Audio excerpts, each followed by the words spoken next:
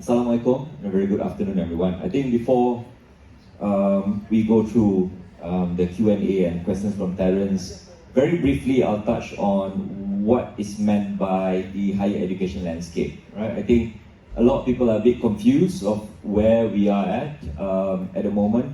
I think Malaysia has about currently 1.2 million students categorized as studying at the tertiary level. Now, what is tertiary level? We've got the 20 public universities. There's only 20, right? I think a lot of people get confused with the state-owned universities and colleges. They think that's public, but that's really not defined as a public university. There's only 20. And then you've got the 404 private universities and colleges all over. You know, that's quite a big number, but it's already reduced. I think from 3 years ago, there was 500 plus. And then you've got 40 polytechnics and 100 plus college communities. So that is traditionally defined as higher education in Malaysia. I think we employ about 70,000 academics, academicians, probably another 30,000 non-academics, so about 100,000 in the workforce. The budget is around 15 billion per annum for just the 20 public universities. The private universities don't get anything from that 15B other than the PTPTN portion. And the private sector, I think, generates around 5 billion in GDP per annum. Overall, I think our participation rate in tertiary education is at 47% currently. That means people who graduate from secondary that moves on to higher education is around 47%. So, that's, probably something that Terence will ask later. But as a global standard is 51%. So we are slightly below what 113 other OECD countries are currently averaging, which is around 51%. That's basically higher education landscape. If you were to ask whether we are making money or not, the vast majority are not. Frankly speaking, private higher education is a very competitive business. Just to give you an example, 1.2 million students, right? I mentioned earlier. Half of those 1.2 million students are in the 20 public universities. So 600,000 is in the 20 public universities. Now another 400,000 is spread across 404 private higher education institutions. So you can imagine the economics of it, right? You've got the top tier, 20%, your Sunway, your tailors and all that can charge higher fees, profit margins are there. And then you've got the mid-tier, the likes of us at Cosmopoint, with our 10 colleges and 1 university college. And then you've got a lot scattering of small colleges offering TVETs and all that across the nation, and in general, it's like, previous speaker mentioned, is heading towards extinction. And it's a sunset thing. Let's be very honest about that. With the exception of people who can survive, because as soon as the numbers dwindle down to a certain level, suddenly the economics make sense again, right? But currently, from a business perspective, it is a struggle for the private sector. And that's basically higher education landscape overall. I think we can touch on the declining enrollment, the composition of people who actually continue to study higher education, the type of programs that they take in the Q&A later on. So we can start off with that basic background of what higher education actually means in the Malaysian context. All right, so I'm going to start off with this. Why do we need higher education? I mean, we live in a world where anyone can learn anything online and be competent. Anyone can basically take a course on YouTube and learn some of the things, not all of the things, but some of the things that are being taught at the higher education level. And they can be competent. They can have the knowledge that they need to basically carry out certain tasks within that competency level. So how valuable is that piece of paper, the degree or master's, that is produced by institutions of higher education? Well, number one, so obviously to keep me in my job. So that's very important for people to continue their higher education. But all jokes aside, I think the existential question of why you need to pursue higher education goes beyond the paper part.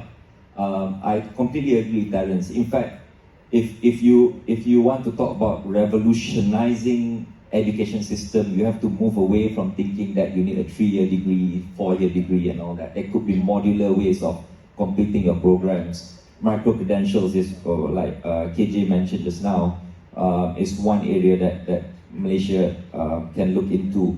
But beyond that, if you are 18 years old, right, you finish your secondary education. If you look at the society that we live in nowadays, the number of students that actually continue tertiary education, there is a direct, maybe not direct correlation, but there seems to be a direct correlation of what's happening around us, politically, socially, economically, by the lack of critical thinking, intellectualizing issues, of understanding truth and lies, how to discern facts from gossips. These are all things that you need time to develop, maturity to develop, and most of this happens outside of the classrooms, in an environment that is, safe for the students to think critically, and that's where universities come into the picture. I think most of us, I was from a public education system, and I studied locally as well, so I didn't have that chance of exploring critical thinking outside of what our framework is currently, right, for public universities. But people who manage to study overseas, for example, they're exposed to different ideas and concepts. And I think if we can import that concept into our higher education system and allow our youth beyond after 18 years old to develop that mature critical thinking at the university level before they just immediately start. 18 years old, I'm doing my ACCA, 1 year, right? 1.5 years, I take exam, I become an auditor, blah, blah, blah, blah, blah, right? Or I just go take a JPA scholarship, become a doctor, come back, and then you, despite having scientific knowledge, you don't develop critical thinking. That's why you see so many doctors and lawyers fall prey to, fake news, for example, even locally, right? You see so many people, believing or not even thinking critically about simple things, your politics, the type of people that you choose to lead. So these are all coming from the lack of critical thinking at the tertiary level. So if you remove the tertiary level, like you say, learn on your own, go on YouTube, etc., I believe you're taking away an important part of developing your own personality, of discovering yourself, that 2-3 years that you have at universities, and I don't see how you can replace that with this self-learning thing. And I'm a big proponent of self-learning. I'll be very, very honest. From an economic perspective, it makes perfect sense. Knowledge is no longer I wouldn't say valuable commodity. It is now a commodity, right? Literally, you can go and access knowledge. It's not like 10 years ago, right? Even 10 years ago, where there was internet, there was still a limited access to vast body of knowledge, right? But now, with everything that's available online for free, you cannot say that the universities are the gatekeepers of knowledge anymore, right? So what is the role, basically? So for me, it's beyond that. Beyond the paper qualification, it's about developing the interactions, meeting people from other walks of life. My first year at ITM was, me from Subang meeting people from Terengganu and Kelantan and learning that there's another world out there, that they don't speak English, right? And I couldn't understand why I was spending so much time in my first semester learning English, because I could already speak English, but it is for them, right? And I completely understand that from that moment that there is another world out there, so it changes my perspective on how I see education, and that came from university. I don't really remember what I learned in law school, to be honest. You can put all that 20 years ago, but I remember the people that I met. I remember the the interaction that I had, and I met my wife there as well. So probably, yeah, that helped me be a bit biased about going to universities. Yeah, we definitely need universities in that case. As for law school, yeah, at least you came out of law school with your hair intact. Look at me. Yeah. It's interesting that universities lack that critical component that you were speaking of. So how do you think we should bring that into the university? Because you reference individuals who study abroad. The Oxford debates are, something of legend. We enjoy watching those things on YouTube, but we don't seem to have that culture in our local settings. So where do you think that fits in? Especially for private institutions, because you don't actually follow a set curriculum. You have a business-minded operation. You're going to make money. So how does critical thinking actually help private institutions make money? I think I want to take a step back from that statement, because honestly, at the student level, there's a lot of debates, there's a lot of conversations that's being had. They are very critical. If you look at the type of programs that people like Kuasa Siswa is trying to do, bringing democracy into the campus, and there's resistance from the administration. These are part and parcel of student activism. And Malaysia has always been pretty good at that, mobilizing the students for activism. So I think and that's my point just now, I think these people, they get that at the universities, right? They won't get that if they stop at 18 years old and start working and just taking a professional cert and learning on their own. That was my point. There is a lot of critical thinking in the universities. It's just that it's not being seen outside of the campus. So if you're talking about encouraging more, I think society as a whole, we have to embrace what our founding constitution talks about, which is a liberal, open society. I think you start from education outside of the education system. I think that is very pertinent, where people are open to discuss ideas. It's very difficult, I know, because politically as well, you've got other considerations. But yeah, I feel that comes from outside the classroom, right? Not the system or the syllabus itself. Right, that is entrenched in our Rukun Negara, the prospect of liberal and open, but guided by certain principles. When we look at higher education, that's what Idris mentioned earlier, the damage already is probably done in the K-12, being standard 1 right up to standard 6. So how do higher education institutions actually help address some of the issues and problems and shortcomings of the system and the products produced, the students themselves? How does higher education have to remedy some of that, or are they beyond remedy, in your opinion? Number one, I totally agree that, in fact, like KJ mentioned, education is beyond the education system. The society must, be a part of an educated society, right? But that's very difficult intellectually to put on paper. From a higher education perspective, I think a more open regulatory framework, which allows for flexibility in how and what we teach, probably you will start to see a lot more innovation at the higher education portion. And I totally understand the government's perspective, especially people like MQA, we deal with all the time, right? The syllabus, they want to ensure a certain standard. I totally get that. But if you're talking about revolutionizing it, changing things quickly, I think that framework is so difficult to change, and it requires a lot of effort, and therefore the only way is to allow more autonomy, on the universities and the colleges to, design their programs in such a way that fits their requirements.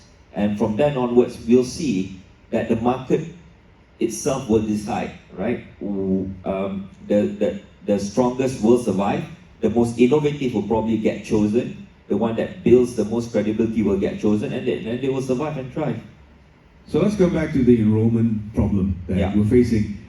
Students today don't seem interested in higher education, and you pointed out 49%, was it, that finish high school actually enroll in higher education. So what's the disconnect here? Why aren't students enrolling to begin with? Okay, a bit of context. Malaysia started off with 6%, right? I think way in the 70s when they started tracking this, we were 6%, and then we were 9%, and then we were 10%, and then in 2010, if I'm not mistaken, we were 36% enrollment rate. And then now, as of last year, 2022, we are at 47%. So, from a decade perspective, it's an actual increase, right? But the rate of increase has actually slowed down. And for us to achieve the level of, let's say Singapore has a 93% enrollment rate. So that's a huge gap from Malaysia at 47. Japan has 66. The United States has about 85% of those after high school continuing to tertiary education. And there is a direct correlation based on OECD studies between innovation and the number of people that, the percentage that actually pursue higher education, right? So it is important for us to push that envelope. So overall, there is an increase, but the increase is declining. The rate of increase is slowing down. Secondly, if you look at the decade trend, right? The decline actually started from 2016 to 2022. So last year, we enrolled, I think, 1.2 million, the numbers that I mentioned, as of 2022, 1.2 million. Our peak was 1.4 in 2016, but 1.2 is the same number as we were in 2013. If you look at total enrollment of higher education, it could be COVID, the past 2 years, slowing down for enrollment. So it's very difficult to say in general, there's a decline. Break it down even further. If you look at public universities, it's actually increasing. So you have 560,000, 540,000 students in 2013, and now you have 600,000 students studying in public universities. So actually the trend is stable over the years. So what it means is that if you get an offer to public university, you usually go. It's not a question of they are not interested. Is it? If they get an offer to public universities, they will go, right? That's the thing that people need to realize. But the trend in private and college community and polytechnics is actually declining. So you see the percentage is slowly going down, especially from 2016 onwards. So now we ask the question, why? Very various reasons. Demographic is usually the first thing that I hope people look at, right? If you look at the number of SPM students in 2013, there were 470,000 students who sat for SPM. In 2022, the number was 390,000. So you have a shortage of about 80,000, and that trend will continue. There will be lesser students taking SPM simply because of demographic changes. We are an aging society. You will see less and less people, going to high school. You see schools, especially in certain areas, tak cukup pelajar, right? People are migrating, and then certain schools have too many students pula. So it's a problem of resources. So number one, look at the demographics. Is that a real reason? Potentially. Number two, look at the options on the table right now. Private school, homeschooling, people just taking their kids out of the education system and teaching them, outside of whatever is not captured in the data, right? People who straight away study overseas, sending their children abroad. A very small number, but I suspect the number has been increasing over the years. Therefore, that could probably contribute to the lower enrollment. Options on the table as well. Finally, the economic options, right? And where people always say the gig economy, pelajar lagi suka untuk bekerja dan sebagainya, which is absolutely true when the alternative is paying for private education. But if they get an offer for public education, probably the answer would be, yeah, I'll go. It's practically almost free for me, right? To study in a public university, I would pursue that. But if you ask me whether I should go to a private university, take up a loan, and probably graduate in 3 years' time, earning 2,000 plus, I'll probably start working now, and that could be the third reason why, an economic decision. So unless somebody actually dissects this in detail. I think a lot of the writings that I see is very much generic in nature, or people are going to gig economy, but who are these people? Which category do they fall to? I suspect it's a subset of the total student population. So what are the outcomes then from these students, the ones that primarily move to public education just because they got the offer? It may not even be the course of their choice. It may be a third choice, maybe one of the 10 choices they list. It may not be the one they want, but just because it's close to free or very affordable, they opt for it. So when they graduate, they will have a degree in hand that they don't really want, but because it's subsidized, they agree to go forward with that. So what kinds of students are we producing? What kinds of individuals are we promoting into the workforce? That is a tough one, right? Because for a lot of the whole point of education in general is to uplift the standard of living, right? From a generational point of view, you want to do better than your parents, then you move on to the next generation, you want to keep on improving. But we have come to this point where my parents are educated, right? And then I'm educated as well. So where do my children then get that differential to become better than me? So when you ask that question of why people come in and take up a public, number one, I do not know the circumstances. I suspect that they don't have a choice in the first place. They had to go because they needed that degree regardless, right? So they went in, they get that degree, probably something that they don't like, and that's part of life, I guess. You know, you don't always get what you want.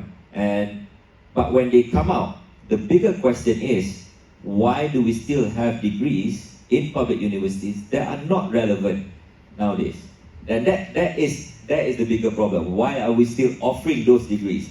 I'm pretty sure that we can think of ways we can think of looking at the list and finding programs that are no longer popular. I think does it, I think a few years back, where they look and they remove 20 programs that they consider as no longer relevant. These programs will no longer be offered under the UPU, right? They will have new programs to replace these programs that's probably more relevant, so students masuk, dia rasa lebih seronok, dia keluar dapat kerja, and that's the role of the public universities, actually, to keep on improving their programs so that people that comes into the public system gets programs that are relevant.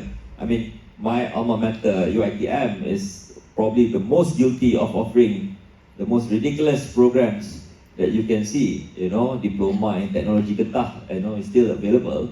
I'm not to say that it's not relevant, but imagine you have 30, 40 students going into per semester, and you'll be producing 30, 40 graduates in that diploma when the market out there is not looking for rubber technology in 2023, right? But, that's actually not that difficult to remedy. It's just difficult to pinpoint one or two items to remove.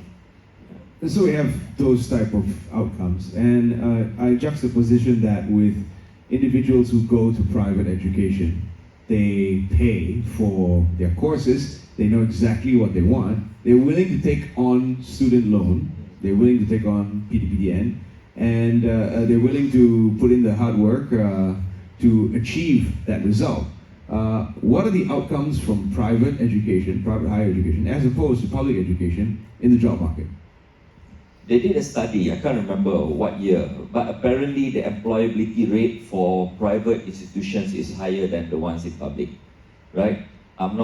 Honestly, I do not want, because it seems like to be trumpeting our industry, but it's probably got to do with the fact that we only sell diplomas and degrees that is demanded by the students, which is driven by what is demanded by the market, right? And to be fair to public universities, they can't just build programs for the labor market, because then you will have everybody's doing only accounting or finance or law. Nobody will be studying the arts, for example, because there's no economic benefit for it, and you need public universities for that.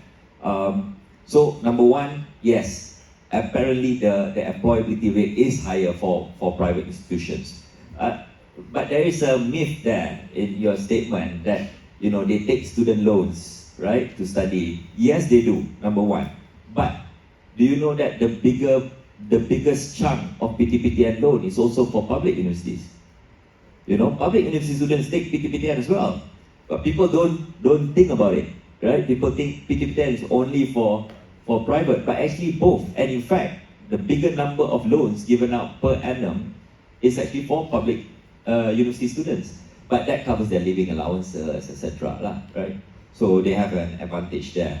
So I think the outcome, private is better simply because we work on an economic basis. We look at it as what do students actually want, what does the market actually support, and therefore we only sell those kind of programs.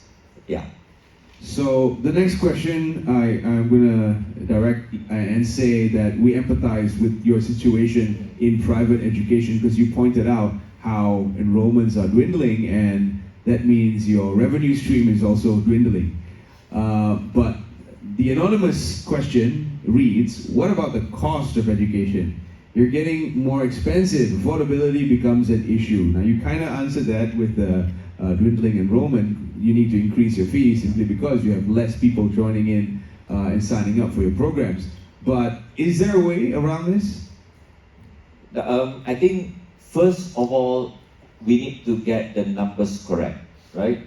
I think when we talk about increasing cost of education, actually, and I'm just speaking anecdotally, right? Because we normally cannot see overall what are the fees being charged.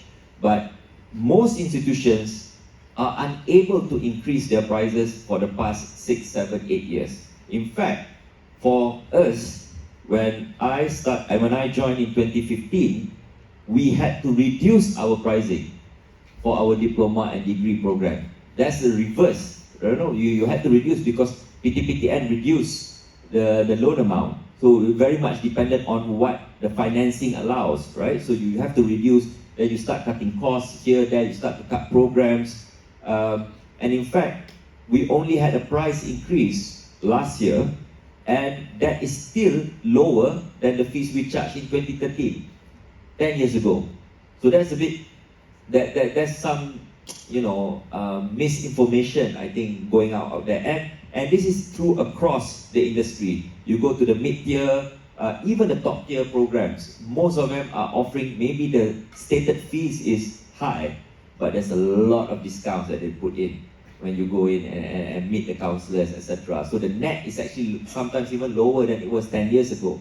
So that's number one, right? And number two, the problem is the cost of living has increased exponentially in the past 10 years.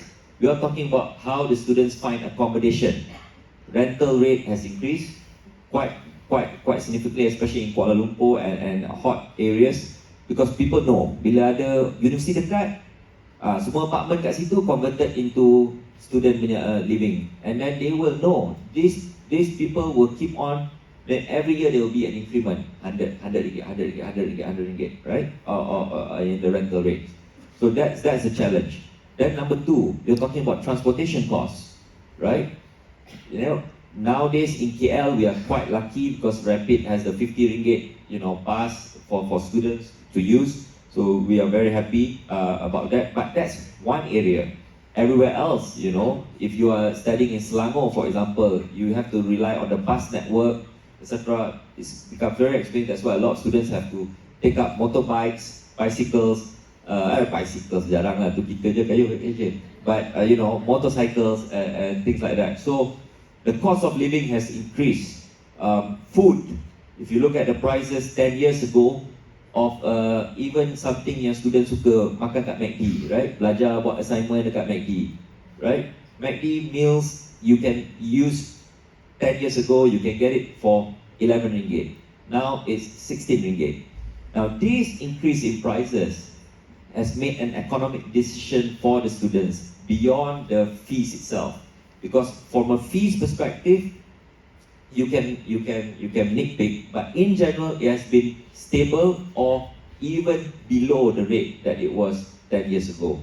So I think if you can address the cost of living issue, probably a lot more students would be interested to continue further studies. How many of you remember Sky Juice at McDonald's? That was then. Today, no such thing on the menu. Anyway, next question is about accessibility to higher education. I mean, we take it for granted, I think, living in the Greater Klang Valley, Penang, Johor, how accessible it is to get our children into these institutions. For individuals that live in Sabah, Sarawak, or even in the East Coast, it is not as easy as there's a geographical barrier. So how do we address this? How do we help children or kids who want to study get that access that they need without having to sacrifice and go too far away and then spend on transport, accommodation, etc.? I'm sure everyone wants me to answer technology, right? I think that's the greatest, differentiator that can shift from students having to come to class all the time. They can go online and study. But that again, is coming from a very privileged position, right? Where we have access to internet constantly and pretty stable here. Cosmopoint has a campus in Kota Kinabalu, right? Now, KK itself is pretty well developed, but even they struggle with internet connectivity in KK town. All right, that's an issue. We are not even talking about going to, Tawau and areas where we recruit our students. They need to take a 6 hours, 8 hours bus ride to come to KK. So accessibility is a real issue. Technology is the answer, but it will not be an easy fix because you have to build a whole new network. Not new, but you have to build a network that can sustain and support it. I think the higher education recently introduced a pretty good program where they encourage universities to adopt first year in campus, second and third year outside of campus, and come back in the final year in campus. So it's hybrid, but not really hybrid. This whole hybrid thing doesn't really, because you miss out on a lot of the campus experience. So they want students to come face to face in the first year, probably 2 semesters, and then the 4, 5, 6, up to 6 semesters outside, and then come back for the final 2 semesters. So it's probably something that can help reduce the cost. In fact, that was one of the reasons the minister, Khalid Nordin, mentioned, is to reduce the divide between those who can afford and those who cannot afford. So ideas like that, you need to be bold enough to introduce. More importantly, implement well. I think that's always been our problem. The ideas are there. What are some of the game-changing initiatives that you're doing with your campus? There's an opportunity to plug this a little bit.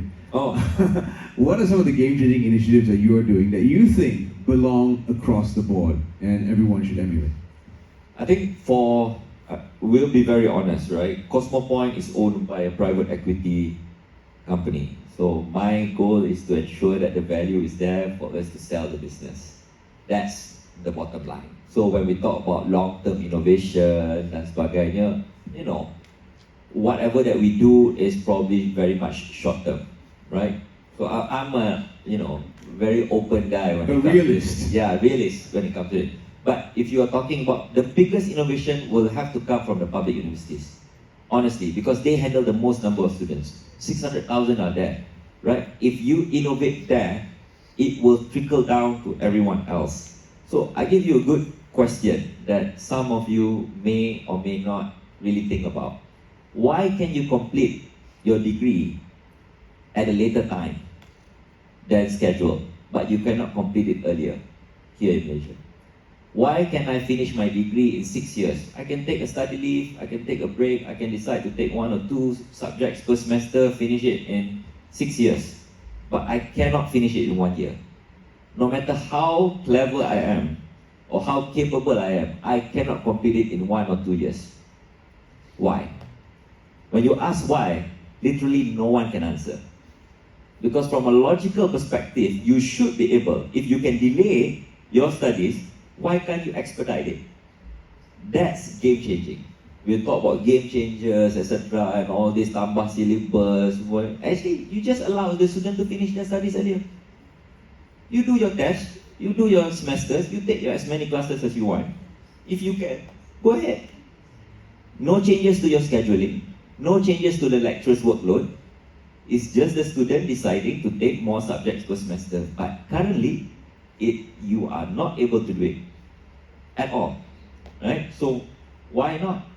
So when you talk about game changing, yeah, if one public university or the education ministry suddenly go to the MQA guys and say, why not? You know? Well, final notes from you on the future and direction of our own higher education in Malaysia as we attempt to compete globally and even with our regional neighbors. What shall we do? I think I like the word competing because kita selalu cakap kita nak kejar our neighbors, right?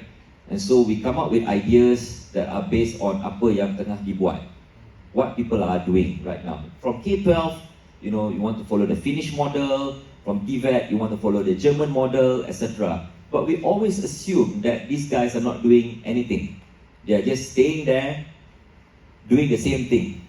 But they are not, right? You want to copy Singapore model 10 years ago now. Singapore is already moving forward with the next 10 years plan. So if you talk about moving forward in the higher education landscape, policymakers, not business guys, policymakers have to really see that the innovation must come outside of the framework that we are currently working on. They must be bold and brave, you know, because the rest of the guys are already moving forward. And we are only going there to study their model which was implemented 10, 12 years ago. That's the fact. Whatever that you see here, Finland lah, apa semua yang kita introduce, play learning, etc. That was 20, 30 years ago. You think they are still doing the same thing now? Probably, but they are already planning for the next 10 years, 20 years. So, how do we break that? Simple saja.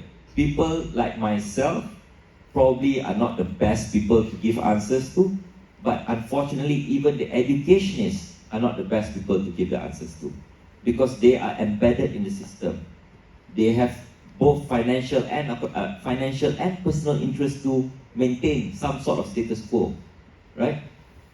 People like innovators, you know, people who start startups, those are the guys that probably have a better idea on how to shift the policies and the higher education. So my advice is open up, you know, don't just get all the professors and doctors, with no disrespect, you know, I mean, you know, I love my professors and doctors, but, you know, I always notice that the game-changing ideas hardly come from that group, right? And it's not their fault. It's not their fault. It's just the way humans are built. You ask me about business, I probably have some entrenched idea on how this business is being run. Somebody can come in and say, no, that's not how you should do it. We are going to break the mold, etc., etc. And they'll probably be right. So my recommendation is policymakers engage people who are outside of the system. They probably have much better ideas on how to really take the next step forward for our system. I really hope Adam and Wafi, you know, are taking notes right now, getting ready to change the game. Thank you very much, ladies and gentlemen. En Najmie Noordin, hand you back to your MC. Okay, thank you, Najmie. So, as usual, Adam and Wafi, one last photo with Najmie. The most photographed guys for today. And then after this, before we end the day, I want to have like a group photo. Everyone come in the middle, and then we have our speakers in the middle, and then group photo with everybody at the background. Okay?